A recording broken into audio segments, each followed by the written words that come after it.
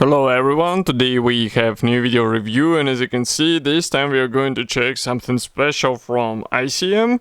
It's a kit in 1/48 scale, but the main point here is that we are getting not only one aircraft, we get actually three of them, and as you can see, this plastic model copies DB-26B and C version with Q-2 drones. So there are two drones which will be placed under wing, and you can see it perfectly on this box art. And we have a commercial sample here, so it means we'll get exactly the same stuff as what you'll see in this video review, and we are going to open it together with you and check what is actually supplied in this press release.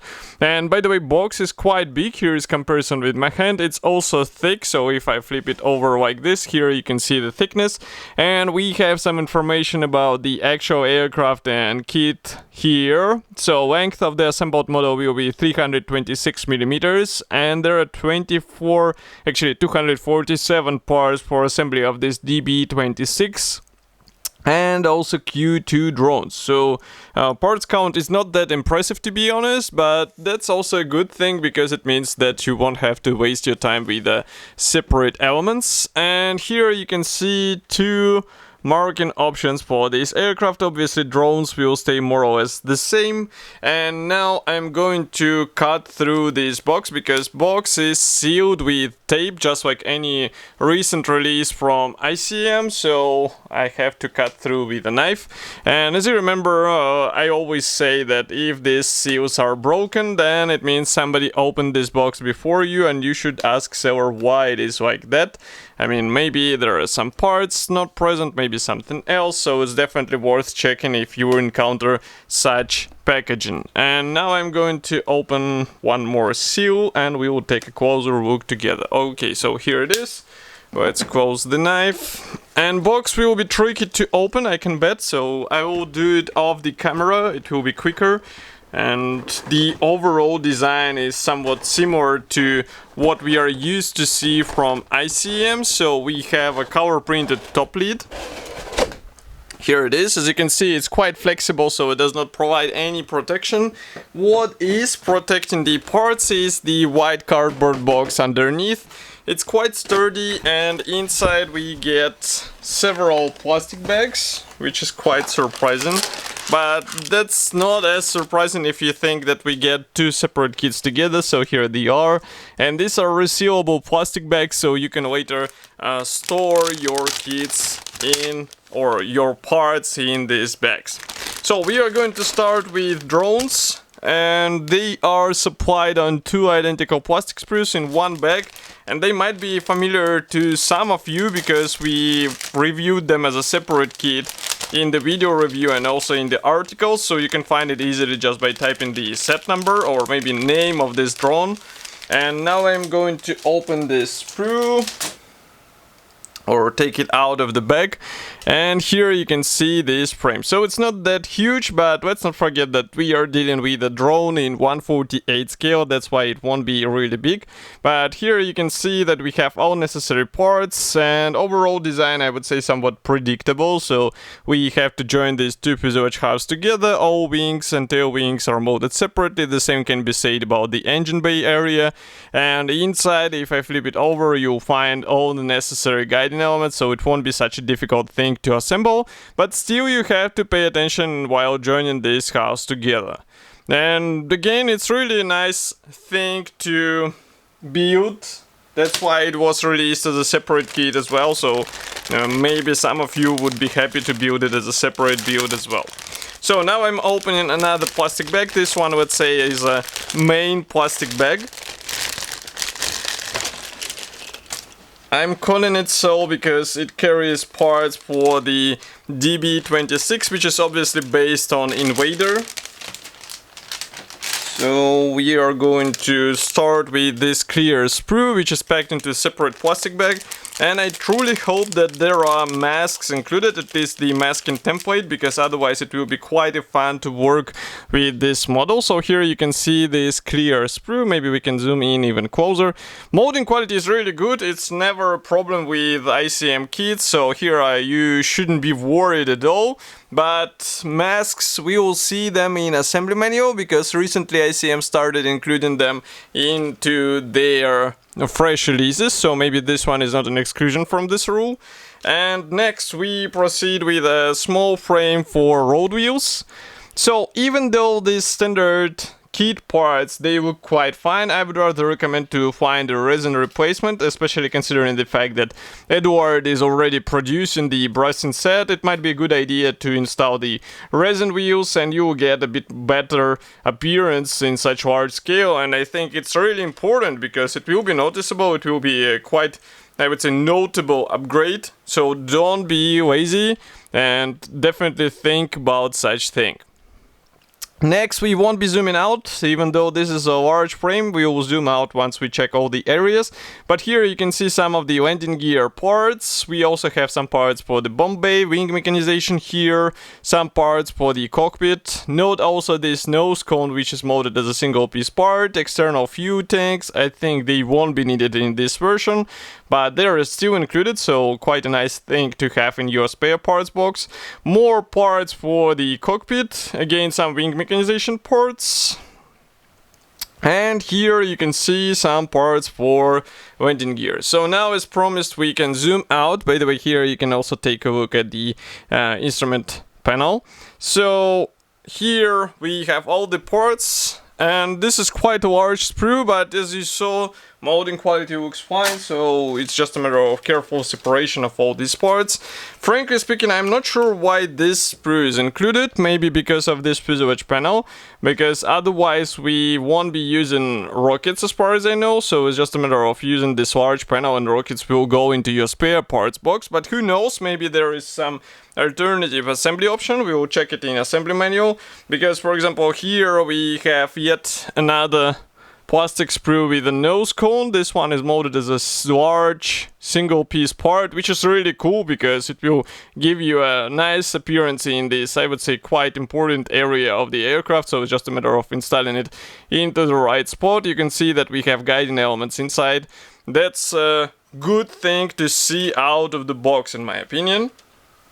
Next we proceed with another big sprue. So here we have fuselage halves. Both are molded together with tail fins. So the only thing required from you is to join them together and install, of course, the rudder and the nose section, which was molded separately. Note that this circular section will actually serve as a guiding element as well, so that you can place it properly on this model. But again, I don't think it will be such a difficult task for experienced modelers. As for the external surfaces, I mean external features, just give me a second. I'll try to focus the camera. Yeah, now you should be able to see that here we have recessed panel lines, rivets in all necessary spots. And the only thing which you should keep in mind is that these panel lines are not as deep as they could be, but it looks decent, I would say. But again, it requires some careful painting, and especially try not to overdo the layers of primer and paint, because otherwise you might end up losing these features. Next we continue with one more sprue, and here we have various parts, I would say mix of various parts, because as you can see these are both external and internal elements. They will have to be used on the aircraft, and again you have to pay attention which elements are used, which are not used, because as far as you can see there are a lot of spare parts which will go unused in the whole build. Next, we continue with another clear plastic sprue. So here it is, packed into the separate plastic bag again. So I'm going to open it right now and we will take a closer look together. And molding quality seems to be nice. As I said before, I hope that mask template is included, but as you can see, these parts look like real glass, and I don't think you'll have a problem with installing them on your fuselage of your B-26. Next, we continue with two identical frames. So here I think we can zoom out a bit. So here they are. As you can guess, they are dedicated to engine gondolas and also both engines. And this is a really cool feature of this kit, that both engines are included. It's not just some, let's say, plain part which will be taking a place to imitate the engine inside. No, it's a full-fledged engine. That's why I would recommend to play with weathering and maybe think on not gluing this one piece front section of the engine cowling to the engine gondola. This way you will be able to easily remove it and expose the engine underneath. But again, the final choice is after you, and of course you can also upgrade it with some PE parts which are sold separately, for example by Edward. Okay, so what is next? Next we continue with large plastic sprue which is dedicated to wing flaps. So here they are. We have also these large spars which will be holding actually both sides of the wing. And note that all wing mechanization parts are molded separately. We have also the same approach to these elevators. And here you can see that we have some guiding elements inside. They will be helpful with overall position of such large parts. Next we proceed with the last gray plastic sprue. So this one is dedicated to pretty much the same set of parts. The only exception is that we have here separate engine gondolas, but I don't think there's such a serious difference, I would say, with the previous sprue. And of course these engine gondolas, they have guiding elements inside, so it should be easy to align everything together. And now what I'm doing is removing the Decals sheets from assembly manual. And why I'm a bit confused, because I can see that we have two Decals sheets for drones, but they are designed for different versions. So for example, here I will show you the Decals sheet for Q-2A. And as you can see, we still have some shark mouth and some other symbols, including stencils. But that's not all. We have the second decal sheet for the drone. And this one is designed for BQM34A. So here you can see it. And I mean, it's easy to notice that we have completely different markings here. So it will be quite an interesting question which marking will be used in the combo build. But next we also have a large decals sheet, so this one definitely will be used for the DB-26B. And as you can see, printing quality looks nice. We have some decals even for the cockpit here, even though seat belts are not included, but stencils are included here. So in 1/48 scale it will be a noticeable thing. So as usual, I'm saying that you would be better off by applying all these symbols, and that would make model a bit more realistic looking. So now we zoom out a bit more in order to fit in this large brochure, which is an assembly manual in a typical ICM design. It means it's color printed. We have short history note and some technical specifications. Next, parts map shows with red color which parts are not used, and note that there are many elements which will stay in your spare parts box. That's why I was saying you should pay attention to which parts are actually installed here or there, because in some cases you get the similar elements.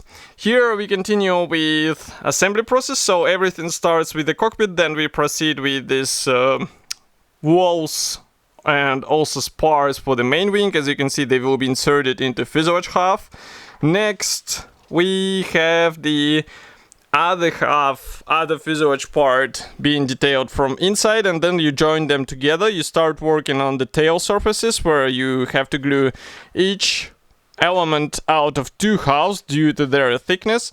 Next we proceed with the nose section. So here we have quite an interesting thing, that actually this large one piece part will not be used. You have to use this design out of several elements. Still you get this one piece section, which will be useful in order to get a bit more convincing appearance. But note that the final choice will also depend on the marking you choose, so it will be quite important to follow it. You should also use the weight. It's 40 grams in the nose, and it will help you to avoid the possible tail sitter. Then we assemble wing. And here we install wing mechanization. So of course you can play with retracted flaps, but it will require some minor adjustments because here, as you can see, it's not shown. And then we assemble engine gondolas or engine nacelles if you prefer. Then we start working on, so even engine gondolas pack the weight in order to avoid tail sitting aircraft. That's quite interesting thing. 10 grams in each, by the way. So here we continue with more parts in the bomb bay area because this aircraft had slightly different configuration.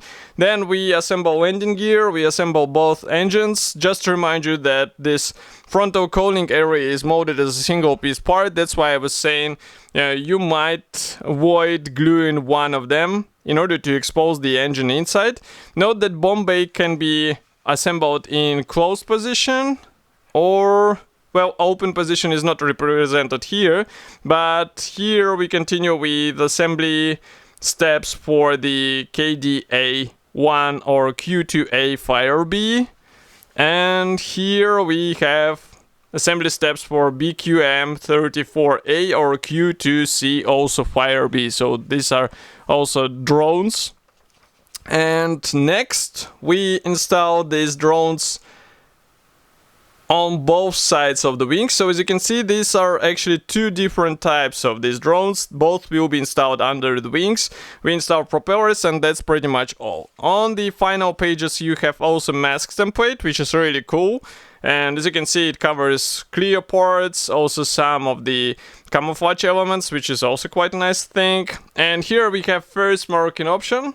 And I think it was also displayed on the box art. And here we have the second one, slightly different, so it will be also an interesting choice in 1/48 scale. So definitely this will be a huge build in 1/48 scale, so I would rather recommend it to experienced modelers. And of course I will be happy to hear your opinion about such a list. Do not forget to write it here in the comment section below. If you like this video, press the like button, subscribe to our YouTube channel, and I will see you in the next video review as usual. Thank you for joining me today, and bye!